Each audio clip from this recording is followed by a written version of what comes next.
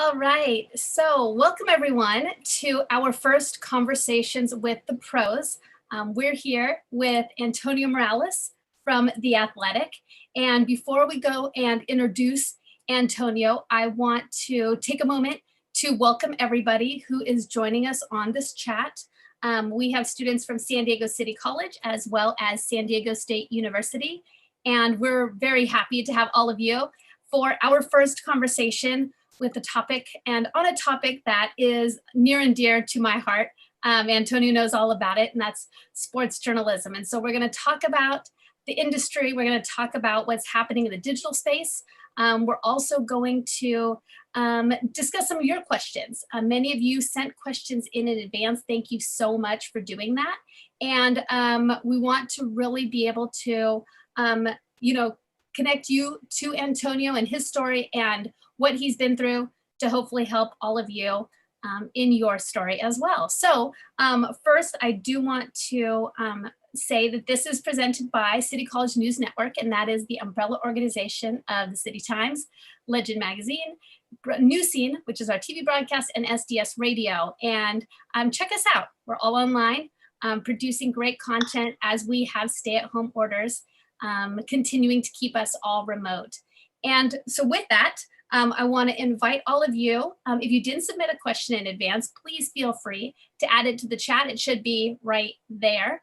We will also later on have links to help all of you follow up on different things that we talk about, whether it be to Antonio's staff page on The Athletic, the preview story that you can see of his, and student media and classes here at City College.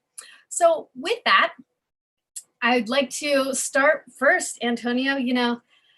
Let's talk a little bit about you and your story and where it all began. And I was reading back the preview article on The Athletic, and the first couple graphs takes us back to sixth grade when you're sitting in the stands at Helix High, watching a very little known running back at the time.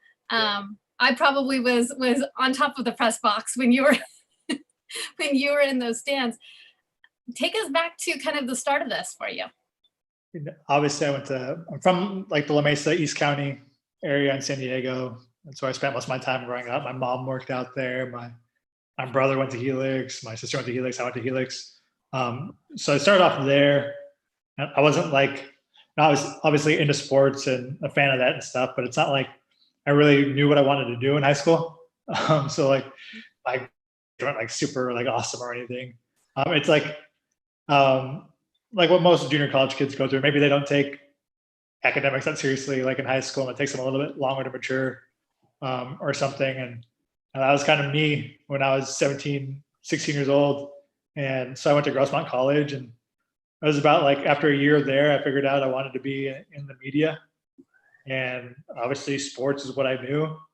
And that's kind of, just put two and two together. And I was getting good grades in English and stuff and writing. So I kind of wanted to pursue that. And I went to Grossmont for 3 years. And my third year, I was writing for the student newspaper a little bit. It wasn't sports, it was just news.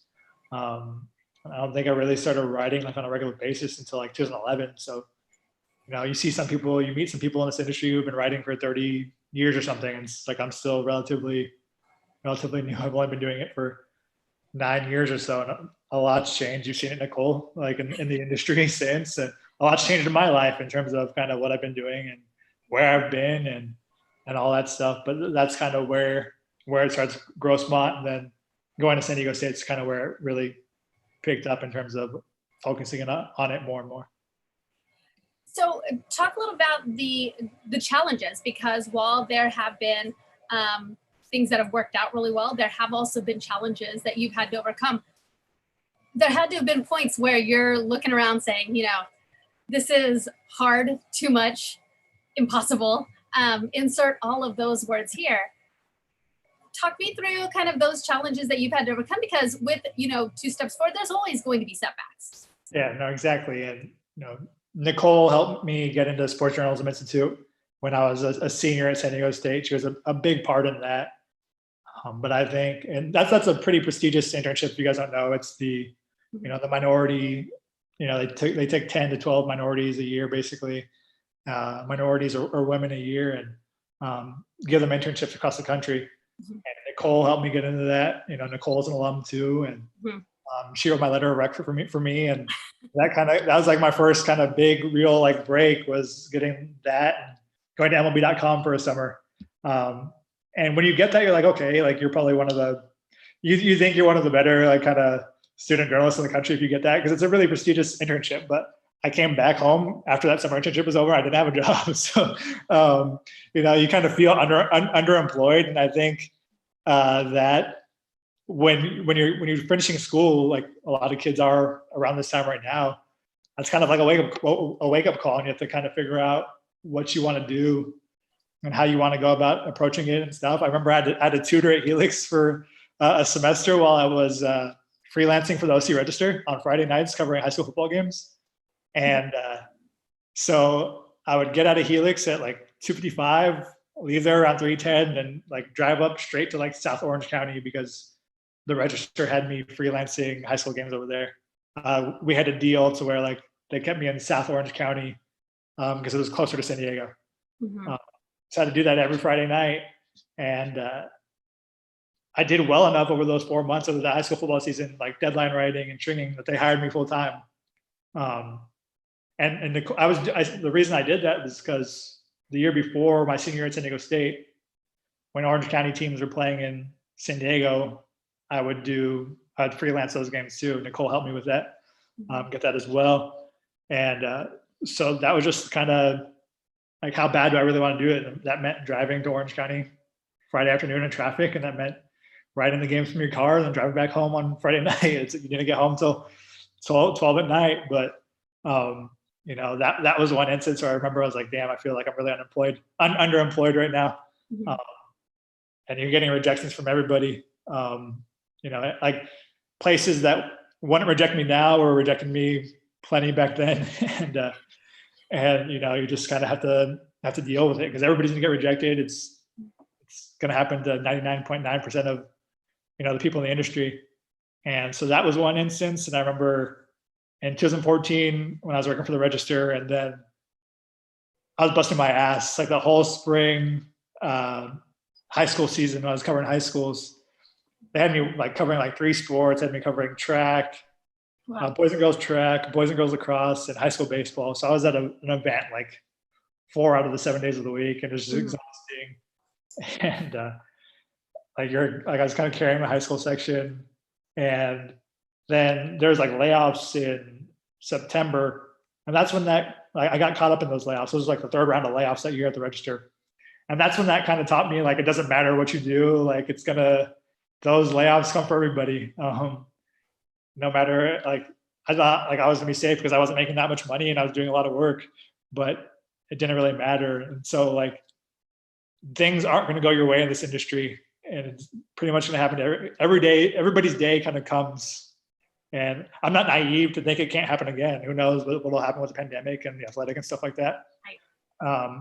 But there's gonna be days where things aren't gonna go your way, and you're just gonna kind of have to figure out what you want to do after that. And I know after I got laid off the Register, I did part-time stuff for the Daily Breeze for a few months before I got another full-time job. And obviously that hurt my bank account. But I still wanted to write at that time. There's still a lot of stuff I wanted to prove. So that's what I did. And then it led me out to different parts of the country after that. Well, and that's 2 things. So first, let's talk about relationships, because that was a word that I heard you indirectly mention quite a few times. Relationships, whether it be, and full disclosure, yes, Antonio and I know each other from our time at San Diego State when I was internship coordinator, and he was one of the students coming through the program.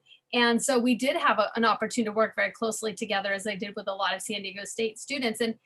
But a lot of students go through school not getting to know a professor, not getting to know an advisor, not reaching out for help. And I think for every student who came in, like you, who sat down and said, okay, what's the plan? And we would map it out. And then you'd come in again and we'd map it out again. And then we'd map it out, and it would look different from last week or last month or last year. But that was a constant conversation you were having with multiple people around you. there's just as many students and maybe more who come to me and say, I don't ask for help, or I don't want to rely on somebody. I don't want to have to, they don't want to have to be in that situation. What's your advice to students who maybe are hesitant to either seek out a mentorship, seek out advising, network, even just, put themselves out there a little bit, make themselves, open themselves up to that? I think a lot of this industry comes down to, and a lot of kind of going through junior college and college too, is using all your available resources. And I know, like, not even related to relationships, it's like a big part of junior college for me was like finding the resources to get like FAFSA and stuff like that. Like, a lot of people just didn't go out of the way. And I remember like back then it was like, you got the Pell Grant waiver and that, put all your units for like $1 a semester. But it's not something that's like really advertised. It's, using your resources, and, people are there to be resources for you, and they're willing to help. Nicole was really willing to help me when I was younger, and, when I was a student. And, there's other students can be resources too. Like, there's going to be students like Nicole and I, we know Amanda Guerrero, and Amanda Guerrero was one of the best copy editors I've ever worked with. And so when I was in class, like, my stuff wasn't clean when I was younger. It was kind of messy at times. And Nicole has stories about that. But my copy wasn't the cleanest. And I knew Amanda was the best copy editor in the class. So like, every time I did a story, like, we had to do these assignments, I always partnered up with Amanda, because I knew Amanda was, the best editor, and she'd help me kind of clean it up before I turn it in.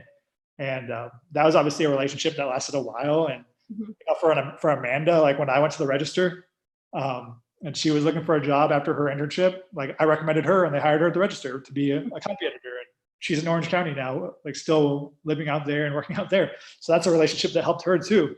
To me, relationships are like the biggest thing, in terms of the industry, and getting through it, because you never know which one's going to pay off and which one's going to help. Like, when I wanted to go from covering high schools to covering colleges, the guy who hired me in Mississippi to cover Jackson State was the assistant sports editor at the OC Register, and I filled in for stuff whenever he asked me to, and he remembered me from there. I did good enough work, and that he remembered me, and he hired me in Mississippi, and that kind of sent me on my way to cover colleges and stuff.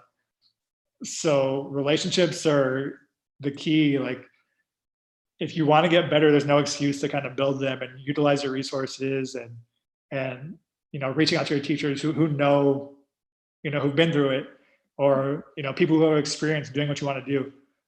So to me, relationships are just really, really, really key. And I don't like to not check in with people that I knew from years ago and stuff. I know some people might think it takes a lot of work, but it really doesn't, just to check in on people and see how they're doing and kind of keep up with what everybody's doing. Because even when you get into the field, relationships are going to be the most important thing.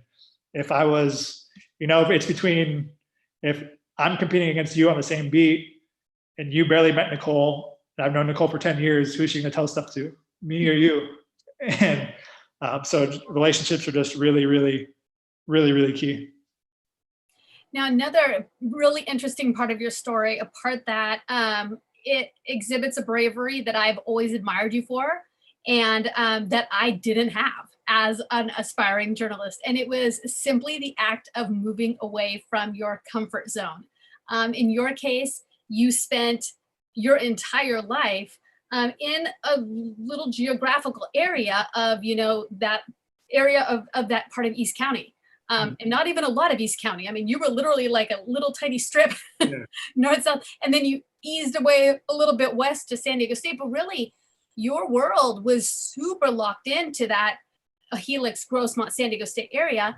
And then you were open to Orange County. You were open to Mississippi. Where does that mindset, what builds that bravery in you to be able to make a decision like that? Because that's a very difficult decision for any student, any young person who, Southern California is hard to leave.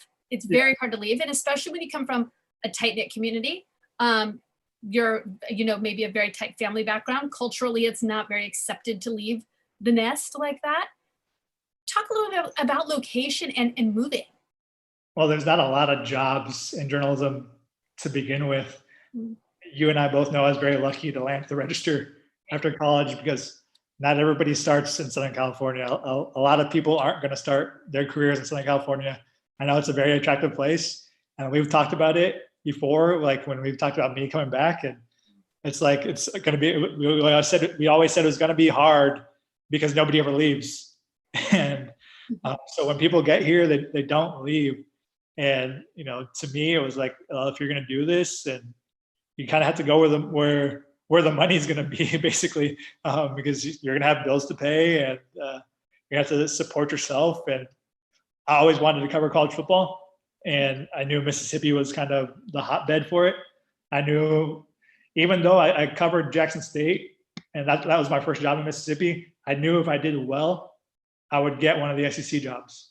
Mm-hmm. And so I knew if I did well somewhere else, and I think when I was in Orange County, another reason why I wanted to leave was, or when I was in Southern California, was because I felt like those people were always going to look at me like, you're the high school guy. Yeah. You're the reporter covering high school sports. You're always going to be the high school sports reporter. So sometimes you're going to have to leave to have them view you in a different light. When I covered Ole Miss, the register, they were like, somebody from there, like one of the editors from there reached out to me and like, hey, we're looking at you. Like, they brought up your name for the Lakers and Ducks openings. This was like 2 years ago. And they wouldn't have viewed me like that if I stayed there covering high school sports. I did really well covering Ole Miss and Jackson State. And that kind of got my name out there and got me a lot of exposure. And those same guys just looked at me differently. I was older and I was more experienced. And that's just something you might not be able to get at home. Mm-hmm. So that was kind of another reason why I wanted to venture out too. And even right now, I know, like, I'm in Southern California and I'm closer to home, but it's not like, I'm super tied down to like staying here. It might not always work out. Sometimes you just have to go where the opportunities are, and a lot of the time, right away, they're not going to be in Southern California. Right. So that helps. That's a great start here, Antonio. But we have quite a few questions from the students who are here, and so I want to ping pong a little back and forth from the students, the messages that were submitted in advance, and then also some that are coming in through the live chat. So first, what would you say are the keys? So let's go back to that relationships question. And what are the keys to developing relationships, whether it be with coaches, players, athletic directors, in order to build trust and get really good quality interviews? What's your strategy for that? You have to just be around every day and always show up. I remember at Ole Miss, the media workroom, I just hung out there like every day, because that's how I started building relationships with the SIDs. But also, that was in the same building the AD's office was. So like, I'd walk around, see if his door was open. If his door was open, I'd go in there and say if we had time to chat. And, we would chat like, 20, 30 minutes off the record. Right. So I think a big key is not just don't reach out to people when you need something.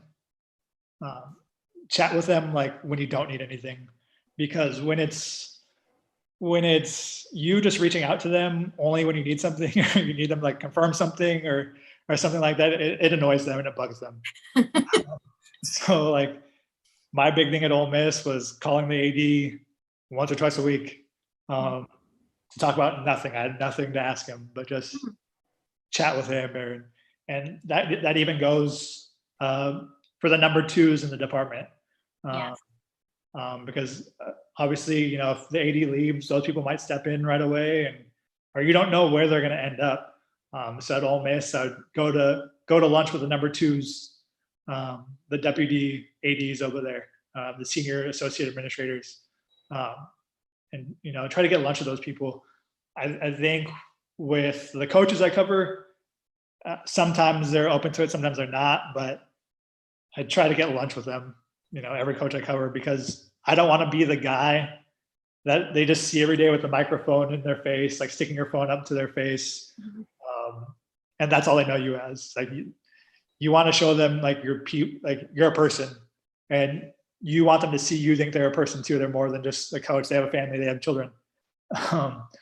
So, and try to find some common ground with them, so you can talk to them about stuff that's not always what you're trying to talk to them about. So those are kind of the main things that, pop up off the top of my head. But I know, especially when you guys are new starting on a beat, that's like the best reason to ask people to lunch, because you can just tell them like, hey, I don't know much around here. I haven't met many people. I'd like to get to meet you. And, like I haven't met many people yet. So can we go to lunch and stuff like that?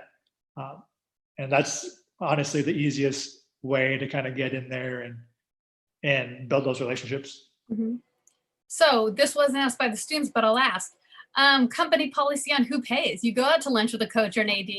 How does that work? Sometimes they paid. I remember like I went to a lunch with Ole Miss's coach one time, and his salary just got like, he was an offensive line coach. He moved from offensive line coach to head coach. So like everybody knew he was making like $3 million. and he was like, and he just like grabbed the check. I was like, I'll pay. And then he just like, no, I'll pay. Like, don't worry. So sometimes they pay, but like I've never been like strict on like, okay, I'll pay when, I'll try to pay, but if they're going to pay, whatever, like it's been okay. Yeah, because that can be really challenging for sure. That's always kind of an awkward situation as well. I remember that very vividly. So we had 2 questions were actually about relationships. So this is something that the students were really concerned about. But here's another one that's really interesting. And because of the dynamic of the markets that you worked in and the positions you've had, what is your best advice for students in regards to going against reporters, editors, colleagues who have more experience when you're entering the business? How do you manage that hierarchy that is very pronounced in some markets, in some communities, whether it be a hierarchy internally or even the competition of a neighboring, another news organization? How do you kind of manage that? It's different depending on the beat. Okay. I know when I got to Ole Miss, the recruiting sites were really entrenched. 247 site they got online like the early 1990s, and the same guy had been there. So like he'd been covering Ole Miss as long as I'd been alive at that point. So and he knew every coach, and like everyone was friendly with him, and he was kind of a homer. So like he was friendly in terms of coverage. I think some coaches would plant questions for him in the press conference and tell him, hey, you grab the mic first and you ask this question. Like you'll run into stuff like that. So like you knew that site had access to the coach like at all times. And the Rivals site was probably the best breaking news one, and they had really good access to agents and stuff. And when I was starting, I was like, I don't know anybody, and like this is the SEC. I came from covering the SWAC to the SEC, and those contacts don't cross over at all. It's not like I was covering recruiting and then covering the SEC. It was the SWAC and then the SEC. It's like there's no crossover at all. So I didn't know anyone. And you see like, okay, maybe the 247 site didn't write that well. Like the writing wasn't great. And the Rivals site was focused on breaking news a lot. You're like, okay, and they didn't do much in terms of writing either.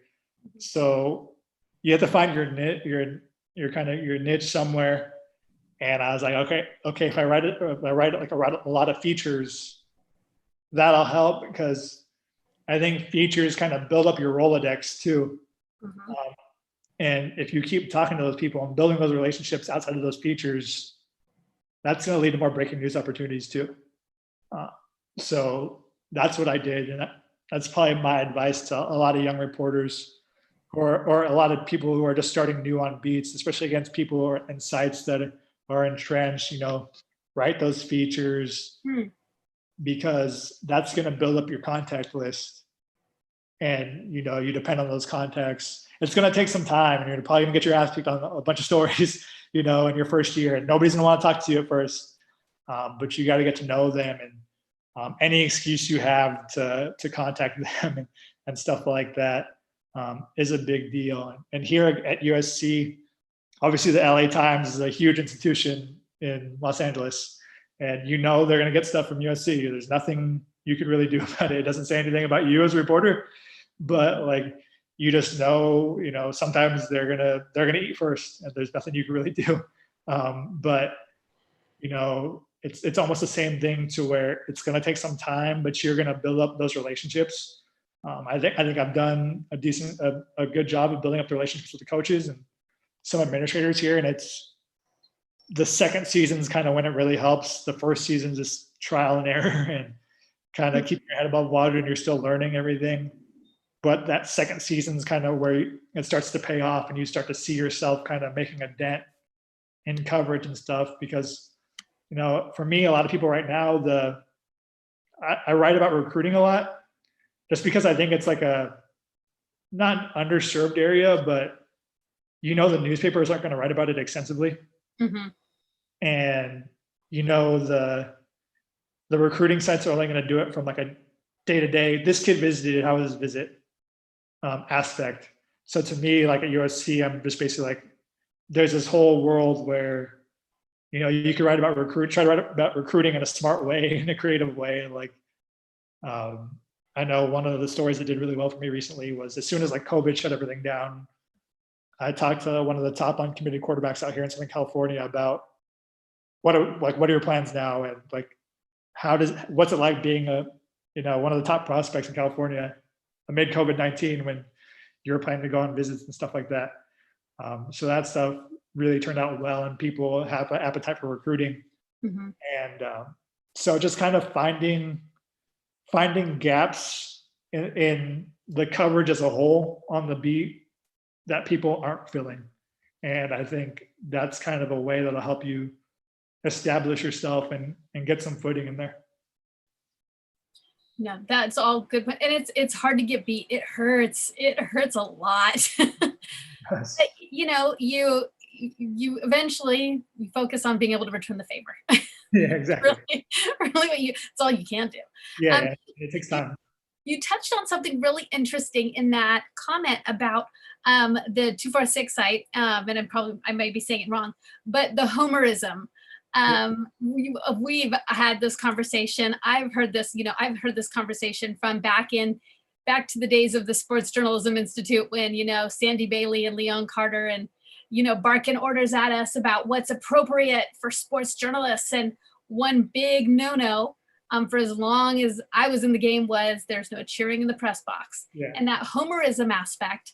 But when you get into these tiny, small communities like a Mississippi, that's part of the game. Can you talk a little bit about the challenges of fandom and sports journalism? Can you be a fan as a sports journalist? I don't think you can be a fan of the team you cover. I think, you could be a fan of the team, whatever team you want, but as long as you don't cover it, then I think it's fine. I remember that guy at the 247 site at Ole Miss. He'd do his press conference, he'd be in the press conferences and he'd have an Ole Miss hat on, at the press conferences, asking questions. And and they're just like, what's going on here? And that was just a very common thing in the South and the SEC and that part of the country. And I'm sure it's common in the Big Ten and stuff too. But I think in college, in college sports, it's a lot more common, just because people take a lot of pride in where they go to school and things like that in other regions of the country. And, it's just, I remember this dude at Ole Miss, he would pound the press box. When Ole Miss made a bad play, he would pound the table, and all of a sudden you'd see one of the media relations guys from the homeschool comment on hey, we can't do that here. We can't have that happen. So it's something you definitely run into. Not as much in the pros, I don't think, but in college sports, you definitely run into it a lot. Do you battle it? Do you address it? What's kind of how do you deal with it? Do you just ignore it? For the most part, I just ignore it and be like, hey, that's who they are. Who am I to tell them what they want to do? Right. I'm not doing it. If it doesn't affect me, then, whatever, I'm fine. Okay. Perfect.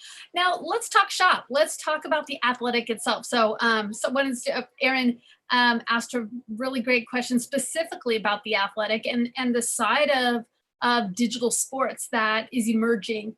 And first of all, can you give us like a snapshot for any students here who maybe don't know or understand what the athletic is? How do you explain who it is that you work for?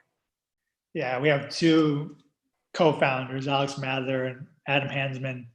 And a couple of years ago, they saw, a void in the sports journalism industry where, there's a lot of layoffs going on.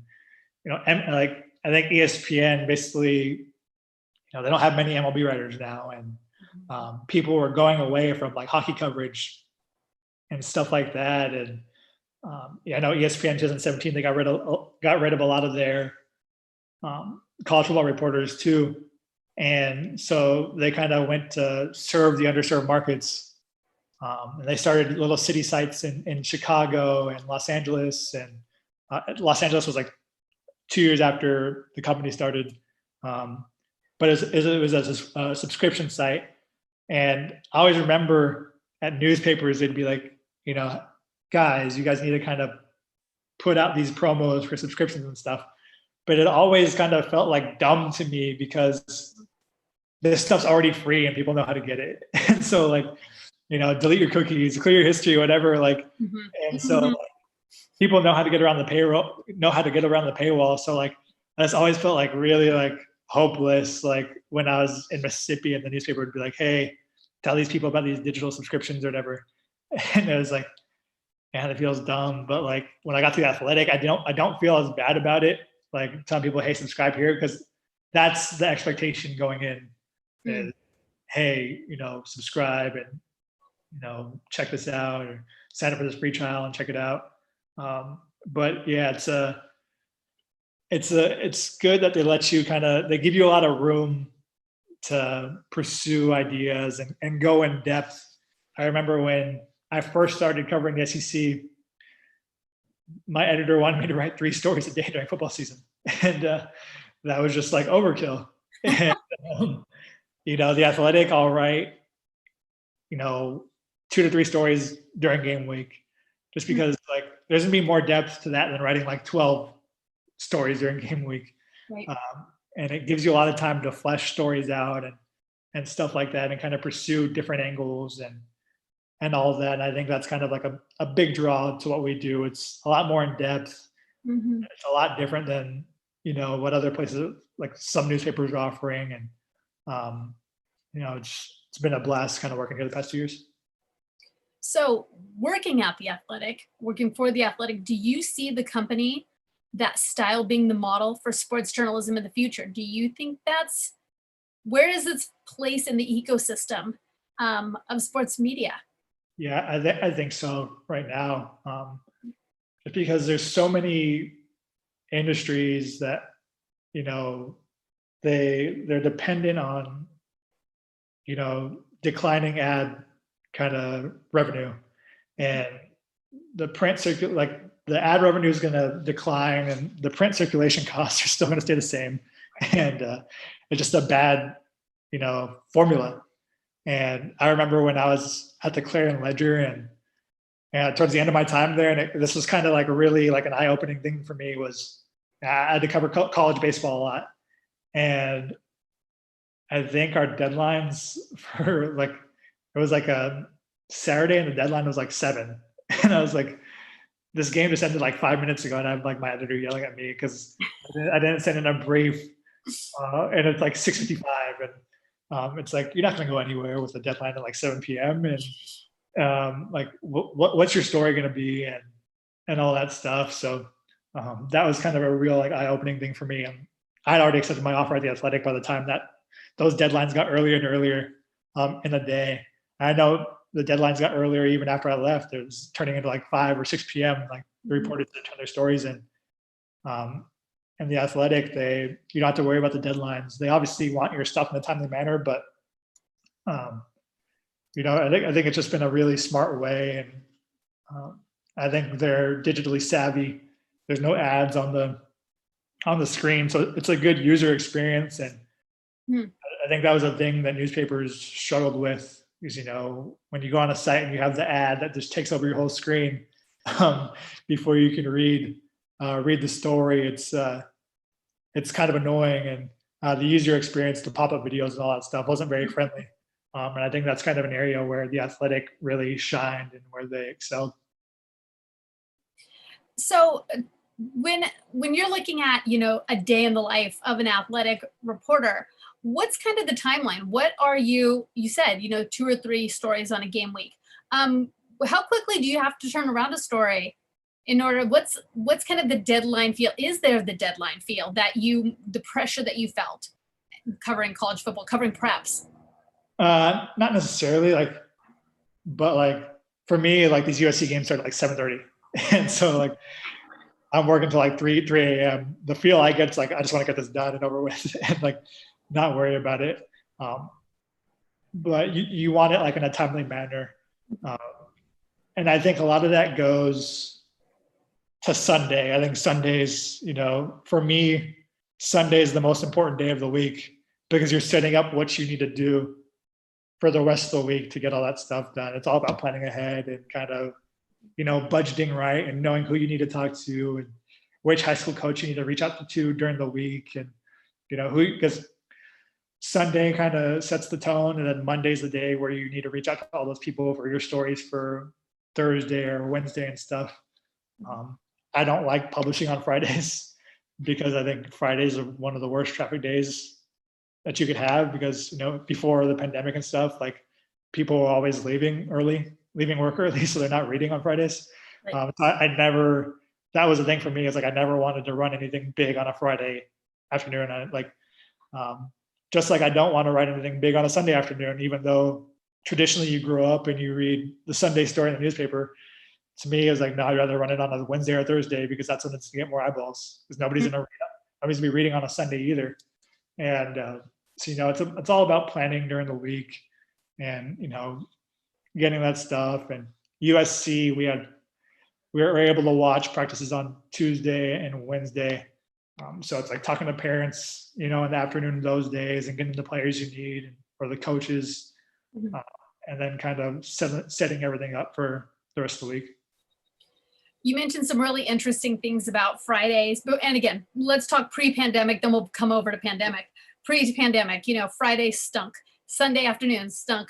Talk to me a little bit about the analytics, because of course, when as eyeballs start counting toward how decisions are made in publications, whether they be print or digital, organizations are paying attention to when the high traffic periods are. And we used to always see that with Monday morning was always so much better than Sunday. You always had your lunchtime pop, you just got into work and then right before they leave, and then at 9 o'clock at night, check in one more time once the kids go to bed kind of mentality. What are you learning as far as the behaviors of your readers and how, and is that changing? And you kind of said, yes, it is. It does drive a little bit of what you do. Is that a company policy or is that you internally making those decisions? Well, at The Athletic, we have this thing to where basically you don't want to, if it's a story, if it's not a breaking story or a reaction story, you want to get it published by 9 a.m. your time. Right. And there was a story that I liked that I wrote last week, and we published it 8:50 something. And it didn't do as well. And I was this is why I don't want to publish later. If and that's probably my fault because I turned it in late the night before. But if I have my choice, I don't want I want it published by 6 or 7 a.m. Interesting. Because I feel people are going to be less apt to read it or subscribe, and you might miss that early morning window if you don't get it out by 8 or 9 a.m. So most of my not a ton of my stuff right now is breaking news anyway. So, it's a good time to kind of, work on the story 2 days ahead of time and get it to your editor and set that up so it could be published early in the morning at that time.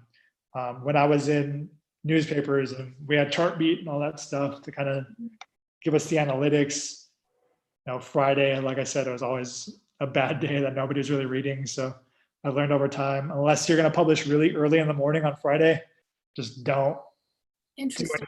don't do anything meaningful on Friday. Um, I think the only time I did something that did really well on a Friday was like, it was the interim coach's first game. And I talked to his family and about what their feelings were going to be like that first game. But we published that really early in the morning, and it did well. But Sundays I never really liked publishing stuff on that day anyway, just because I feel there's be more people at work at their desks and stuff on Wednesday or Thursday afternoon. Mhm. And it would get more eyeballs then. Excellent. Now, another thing too, when you're preparing for games, when you're getting set up, what are the steps that you're doing? Because like you said, it's not necessarily as people are going to know the score of the game before they read your stuff. They're not coming to you necessarily for that, or I assume. Correct me if I'm wrong, but that's that gives you a unique opportunity to not really be in as much of a hurry. But the preparation though still is very, very important before a game. Can you talk a little bit about how do you prepare yourself before a game? I always talk to my editor like the day of or the day before about like what the big picture angles are going to be coming out of this game, win or lose, and kind of mentally prepare myself for that between then and the game. I know the second week of the season, USC was starting a freshman quarterback because their starter tore his ACL the week before. So that afternoon, I knew like, okay, this is a true freshman kid that's going to start. And I knew he was going to start for a week. So everybody knew, but this is a true freshman who's going to get his first start like against Stanford, who was ranked in time. And so I was like, all right, like what can I do to be different? So I told his dad, earlier in the week, like, hey, I'm going to reach out to you on Saturday just to see how you're feeling and what's going through your mind. And so like, that's what I led my story with when the game was over. Like, what did the dad tell the son before the game, before he's making his first start, in front of thousands of people on ESPN and stuff like that. So just like thinking about little stuff that you might be able to use throughout the week. I know some people like sitting with parents during the game to kind of see what their reactions are if they can, or just being around them and checking in with them in college sports, just to kind of get a different angle or a different view on how things go on game days and things like that. Interesting. No, the parent angle, the high school coach angle, Yeah. even college athletes have groupies. Yeah, no, for sure, definitely. They have a group of people who follow them very rapidly. Well, and speaking of them, when you publish a story about a true freshman quarterback who's going to do that, obviously there's so much of a push. Yes, there's the organic nature of people just deciding to sit at their desk at work and say, okay, I'm going to click on The Athletic and check on what's being said about my favorite team. But how does social media, how does marketing yourself play into your job? How much of your job is involved in the marketing aspect of your stories versus the writing? I think a big part. I feel like there's, as I've been in this industry and you see how things work, you feel like some reporters are more tweeters than they are like actual reporters. And like, I tell them like, you're like, I don't remember them like writing that many great stories, but I know they're good on social media and they land at like ESPN or something. And you're like, wow, how did that happen? But how you market yourself online, some people really buy into. And I think at The Athletic, it's important because you're a subscription site and you need to get your stuff out there and you want people to subscribe to what you're doing. So like tweeting your stories out's a big deal, and knowing what exactly to tweet with it. And that's something I'm still working on is, how to exactly like craft the tweet. And some people are better than others with it. My buddy who covers the Brewers for us, I felt like he was always really good about knowing how to tease his stories. I don't think I'm that great at it. I still need to get better at it, but some writers are really good at it, and that's an incentive to get people to read and people to subscribe. But it's a very big thing for us just because we're so subscription based, and social media is where a lot of people see you. So you need to get that story out there. So I'm pretty shameless in terms of like the number of times I share. I know when I was at newspapers, I used to like be cognizant of it, like maybe once or twice. Now I do it like 3 or 4 times, and I don't really care because I need people to subscribe to this. Right. how about cross training? The skills that one thing that you've always been great about is dabbling in other forms of media related to obviously what you're doing. So you were always, back in the old days of like when we were doing some of the early live video types of the pops on the sidelines, even doing radio shows, doing TV commentary. How does your job lend itself to that? Do you get an opportunity to use those muscles, whether it be audio, podcasts, radio, TV side of things? Yeah, I know in Mississippi, I did it a lot. We had our own podcast in Mississippi. Me and the Mississippi State beat writer. Mhm. I think one of the good things about Mississippi was like it's so small, and at the Clarion Ledger it was the statewide paper, so you were the guy, and there's no pro teams, so you're on the Mets or Yankees basically in Mississippi. So you're getting called into radio all the time, and you're doing podcasts all the time. And the SEC, there's other markets, in Alabama, you're getting calls from Alabama or Tennessee throughout the week, and you're doing podcasts. The television stations are asking you to come on their pregame shows before the games and stuff like that. So there is opportunities to do that stuff. The Pac-12, like in the Pac-12, it's been a little less because there's just so much more stuff to do in LA. I'll get calls from places like in Utah that ask me to come on their shows and stuff. That's a more kind of rabid fan base. Utah and BYU, as you know.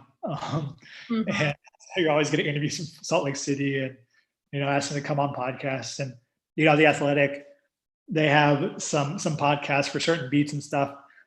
So they definitely kind of want us to dabble in different areas. Okay. Now, here's a question, and all of us have been dealing with this, whether San Diego City College, San Diego State University, as all of us have been forced to work remotely.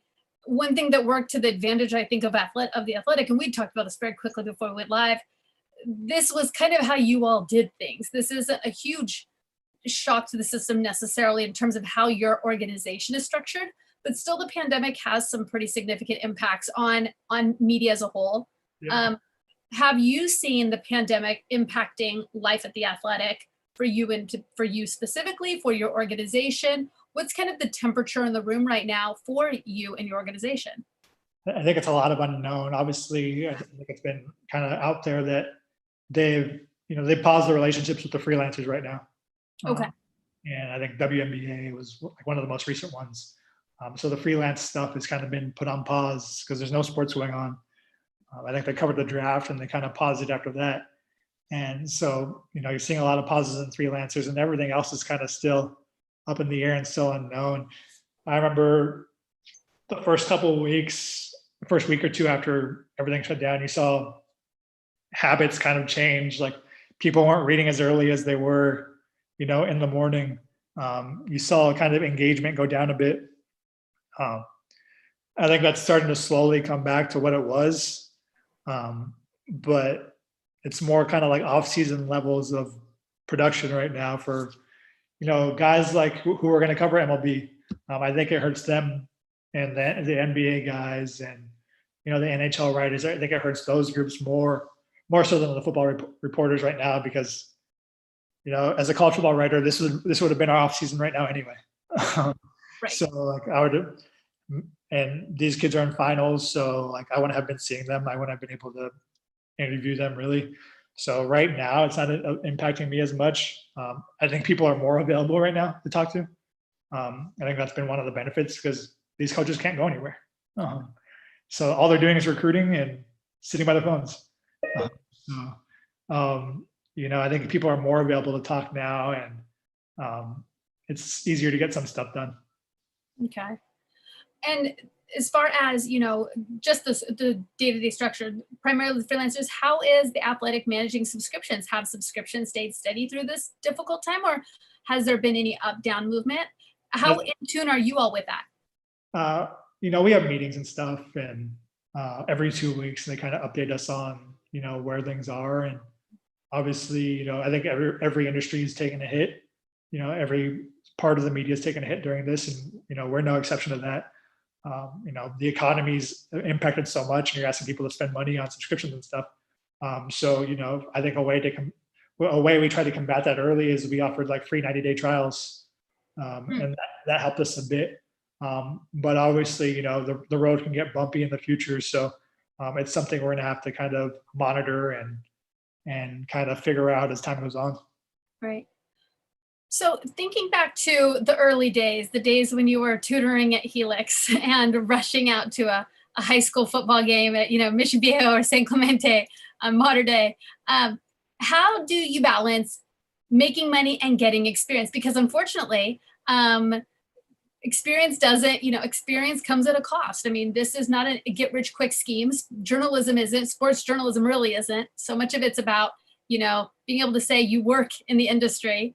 But how do you manage that part of the equation? Because it is a very difficult challenge. It's also one of, not a lot of journalists are independently wealthy.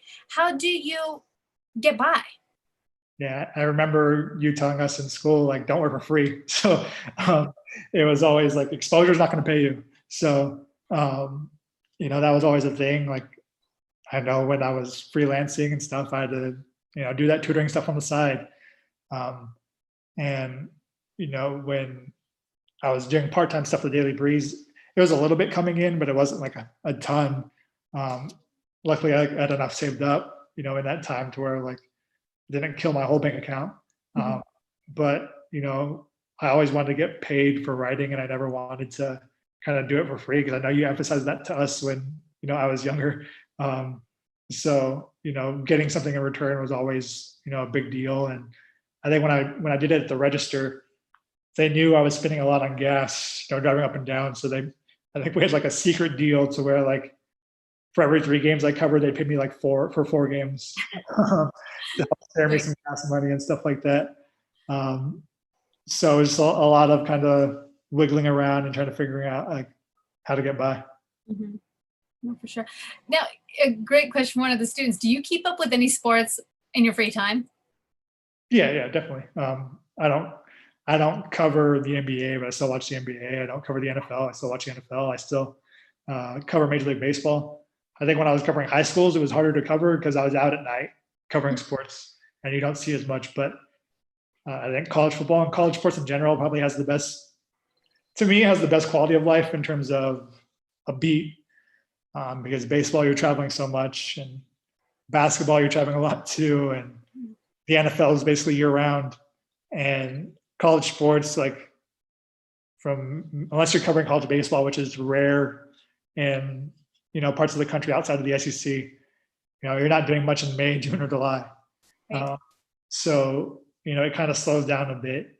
It's really busy from August to February, but after that, it kind of slows down.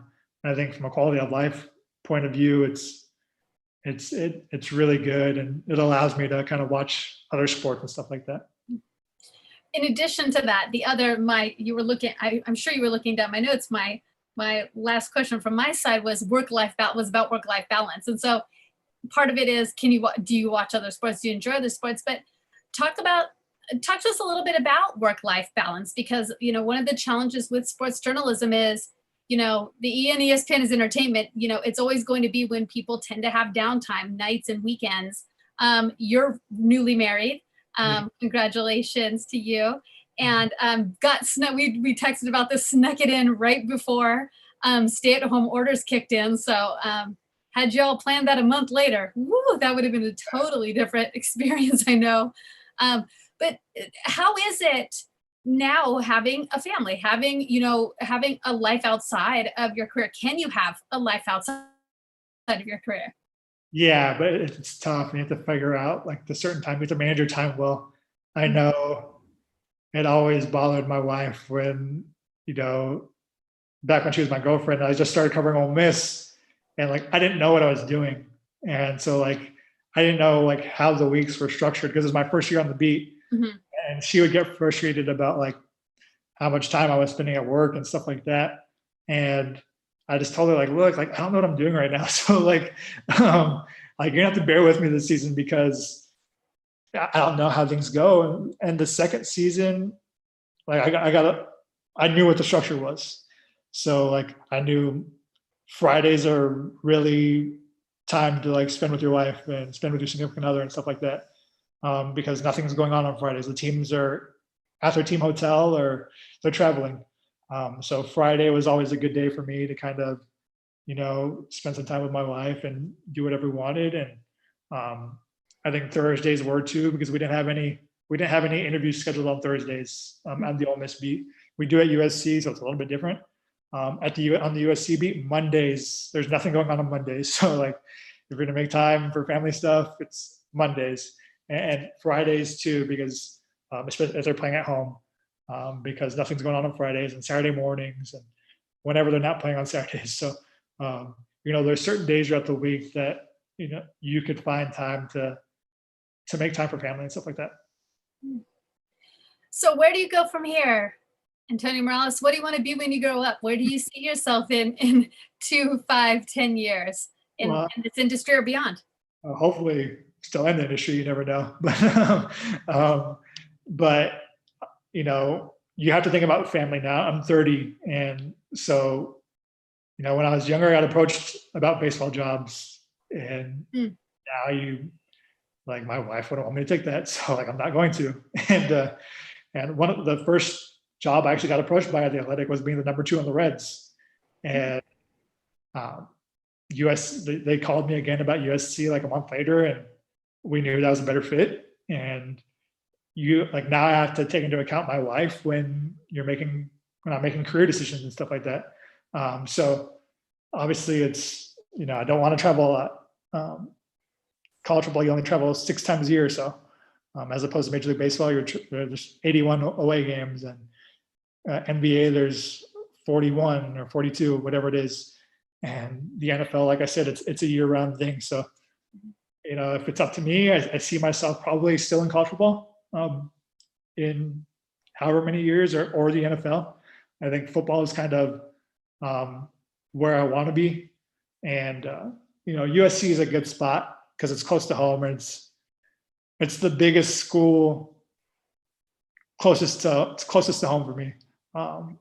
So I don't know if it's a dream job, but it's a pretty good job to have, for, someone my age at 30 and, covering college football and being from Southern California. There's not many other jobs I'd want. As I've been throughout the country, you realize, like, do you really want to live in Oxford, Mississippi, when if you get lunch with a coach, you're going to get recognized right away and people are going to be staring at you when you're, or like, I remember when I just got the Ole Miss beat and I went to UPS to send a package, and the guy at UPS said, "Oh, you're Antonio Morales, you're up for the Clarion Ledger."